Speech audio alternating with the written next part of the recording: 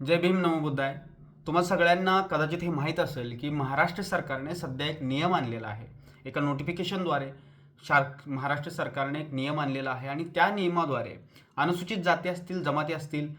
इतर मागासवर्ग असतील, असे जे विद्यार्थी आहेत, या विद्यार्थ्यांना आता खुल्या वर्गामध्ये स्पर्धा करण्याची संधी मिळणार नाही. याचा थोडक्यात अर्थ असा की छुप्या पद्धतीने महाराष्ट्र सरकारने खुल्या वर्गातील उच्च जाती असतील, ब्राह्मण, बनिया, मराठा आणि इतर ज्या उच्च जाती आहेत, अशा उच्च जातीयांना ह्या ज्या संधी आहेत, हे जो खुला वर्ग आहे हा 50% आरक्षित केलेला आहे छुप्या पद्धतीनं. खरं तर आरक्षणाद्वारे अनुसूचित जाती, जमाती आणि इतर मागासवर्ग ओबीसीज यांना मोठ्या प्रमाणात संधी मिळायला हव्या होत्या, परंतु यांचा मोठ्या प्रमाणात असणारा बॅकलॉग, अनुसूचित जातींचे, जमातींचे, ओबीसींचे आरक्षण संपवण्याचा डाव, मोठ्या प्रमाणात होणारे प्रायव्हेटायझेशन, शिक्षण संस्था, शासकीय शिक्षण संस्थांची केलेली अत्यंत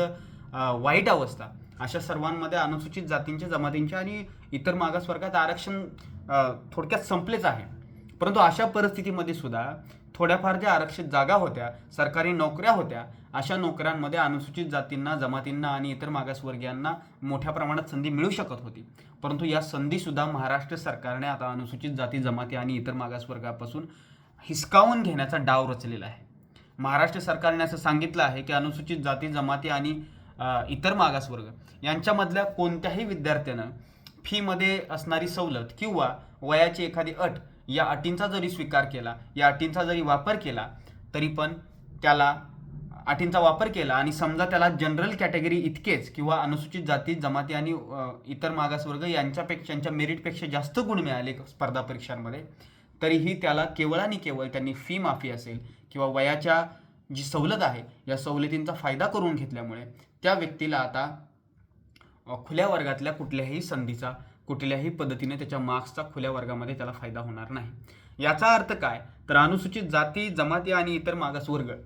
यांच्या विद्यार्थ्यांच्या प्रतिभा असेल तरीही त्यांना खुल्या वर्गामध्ये स्पर्धा न करू देता त्यांना त्यांच्याच जातीय वर्गात, त्यांच्याच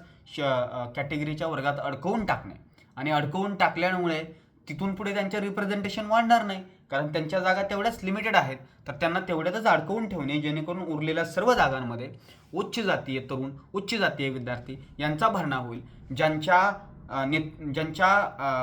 जे प्रतिनिधित्व आहे उच्च जातीयांचं, जे सर्व संस्थांमध्ये सगळ्यात जास्त आहे, खास करून ब्राह्मण, बनिया आणि इतर उच्च जातीय वर्गांचे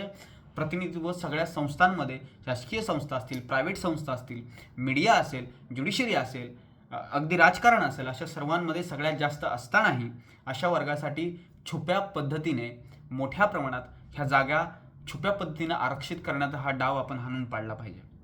एखादा विद्यार्थी जर गरीब कुटुंबातून येत असेल आणि त्याने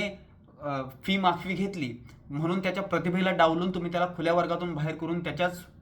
कॅटेगरीच्या वर्गामध्ये त्याला अडकवून टाकत आहात, हा त्याच्या प्रतिभेचा अपमान आहे.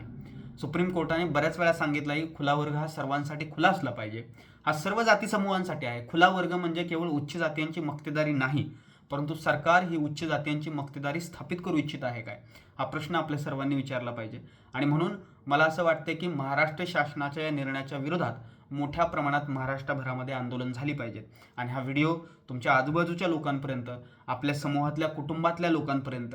आंबेडकरी आंदोलनकारी असणारी लोक असतील, नेते असतील, या सर्वांपर्यंत पोहोचवून, ही माहिती पोहोचवून, आज महाराष्ट्रामध्ये उपवर्गीकरणाच्या साहाय्याने वोट बँकचं जे राजकारण खेळलं जात आहे, अशाच याच्यामध्ये मातंग, बौद्ध असतील, या समूहांना एकमेकांच्या वादांमध्ये गुंतवून छुप्या पद्धतीने असे निर्णय पारित करून महाराष्ट्र सरकार, भाजप सेना सरकार हे मोठ्या प्रमाणात ध्रुवीकरण करून उच्च जातीयांचा फायदा कसा होईल, इथल्या दलित, आदिवासी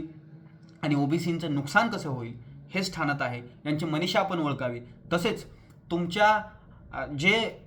मातंग समाज असतील, बौद्ध समाज असतील आणि ओबीसीमधले जे नेते आहेत, जे सत्तेमध्ये आहेत, अशा नेत्यांना पुन्हा एकदा आपण सर्वांनी प्रश्न विचारून त्यांना जबाबदार ठरवलं पाहिजे की तुम्ही आमचे प्रतिनिधित्व करण्यासाठी जर तिथे बसला असाल तर तुम्ही हे सगळं होताना गप का आहात, तुम्ही सरकारमध्ये आहात, मग तुम्ही सरकारमध्ये असताना हे निर्णय कसे काय पारित होऊ शकतात, यासाठी शक्ती बिल्ड केली पाहिजे, मोठ्या प्रमाणात प्रचार प्रसार केला पाहिजे आणि या निर्णयाला विरोध केला पाहिजे. आशा आहे की तुम्ही जिथं जिथं असाल तिथं या ज्या ज्या पद्धतीनं करता येईल त्या पद्धतीने या निर्णयाचा निषेध कराल आणि हा डाव हाणून पाडाल. जय भीम, जय लहुजी, नमो बुद्धाय.